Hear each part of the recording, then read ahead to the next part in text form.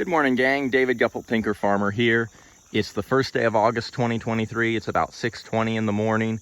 I'm here at Grant Estrada's and really just wanted to give you all a brief farm overview and a farm walk.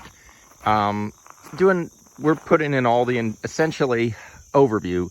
Grant Estrada has all of his perimeter fence in now, but he essentially has 9 paddocks, and we're doing interior fencing them off so that we're putting in 3 strands and timeless posts. I showed that in an earlier video.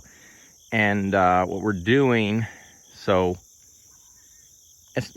just start walking. So what we're doing is fencing each of the individual paddocks off so that we can essentially just not have to set up netting, and or he can just let the goats into, because right now he's grazing with cattle and goats, but they're on different grazing patterns and systems.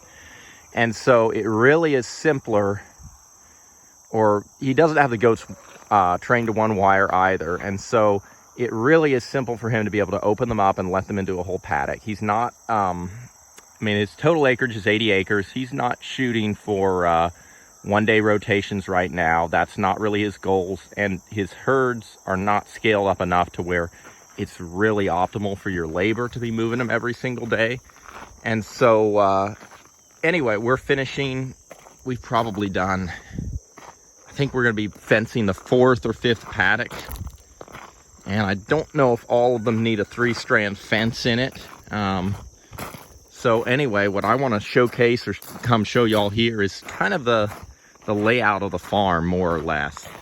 So this is kind of our gate into everything. I'm coming from the shop area, and the property was actually a previous, it was going to be a subdivision. The farm, bear with me, gang, while I get this changed.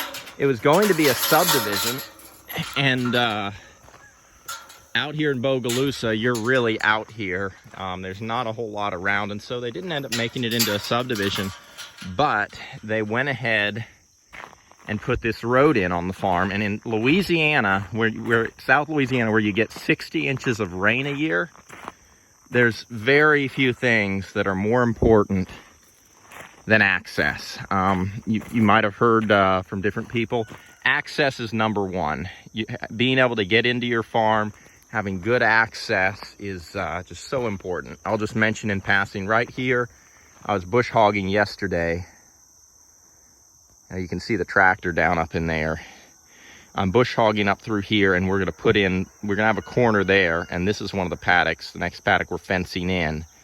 And we're gonna put 3-strand in there today. Over here across the road, we just moved the cattle. We finished yesterday here, and we're moving the cows into this area. And on either side of the road, he's essentially leaving a riparian area. And he's got a small herd of animals that he's just finishing out for beef. And Grant trucks in a lot of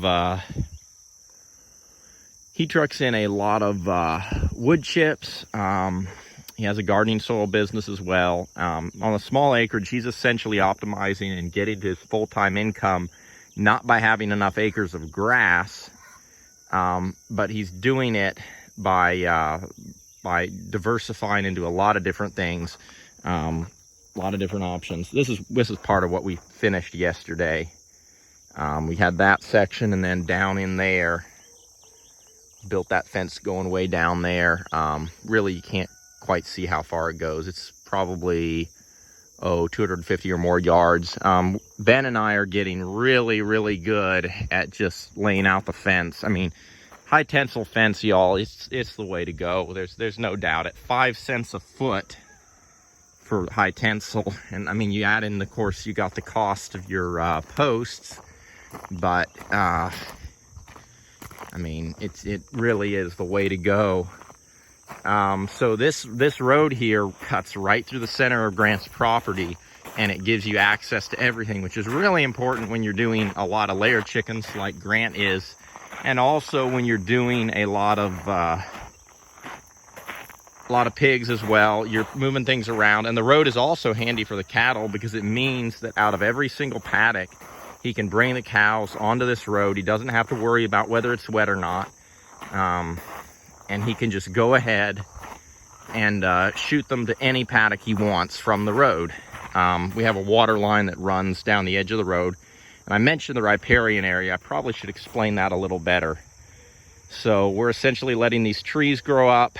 Grant loves birds. He loves having wildlife habitat. So we've got about it's going to end up being about a 30-foot strip on either side. You know, if you were a cattle farmer trying to maximize, we would have pushed, you know, you've got a ditch on either side too. That's how you're draining the fields on both sides. You've got a ditch on either side of the road, draining the road and the fields, and then moving the water off the land. And of course, he's put in a few ponds in some places, but not a lot out in his fields. The property on either end has a lot of trees. So, yeah, and there's our timeless posts for doing the fencing this morning. It's a hot day here, gang. It was 100 and I think it was over 110 with the heat index. It was just it was a brutal deal. But anyway, this road runs right through the center of property. You can get anywhere you want to from it, whenever you want to, 12 months of the year. And essentially all of our paddock entrances stem off of that. We've got culverts on either side. And yeah, so it's a pretty neat farm layout and setup. It really is, you know, he's gonna have all these paddocks, and he's direct marketing. So 80 acres, you know, you have to explain context. 80 acres is not enough if you're for a one man that is just finishing animals. It's not enough. Certainly not if you're having to sell a lot of it commodity, or do custom grazing. But you know, Grant and Kate are working together as a team, and they're you know, 80 acres, they can absolutely make several incomes between the grazing, the layers, and everything else. And so I guess as I'm concluding this video, I'm trying to think what all I should show y'all as I'm walking through down this road here.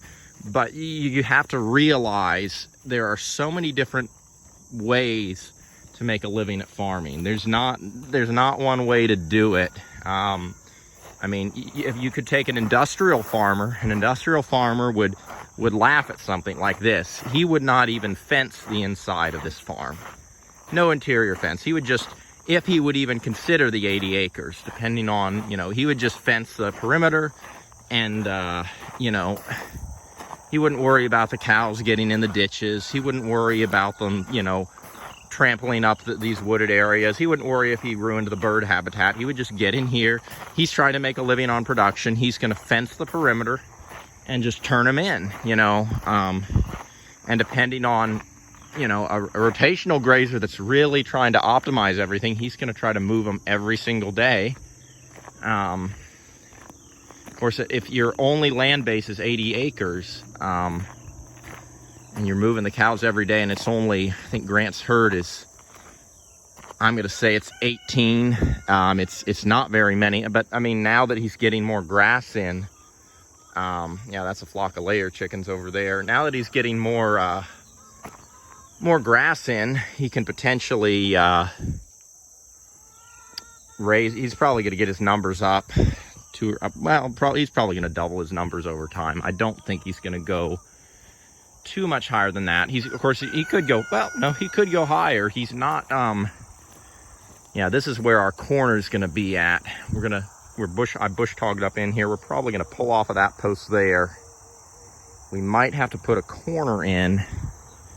And of course, we're going to have a gate there at the culvert. And anyway, I'm going to be doing some chainsaw work in here today.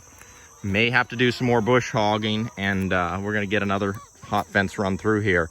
Anyway, gang, I hope that kind of explains some of the layout of the farm, some of the fence building we're doing. We're more or less getting the structure put in for his farm so that he can do everything he needs to do. And, I mean, some of these fences I'm going to help Grant build, Ben and I, he's probably going to be using them for 20, maybe 20 or more years. So it does pay to do it right. Anyway, gang, just wanted to share that this morning with y'all. Wishing y'all all the best for the day as we all get out there and seek the opportunities we have. And with that, gang, blessings for the journey and keep it real.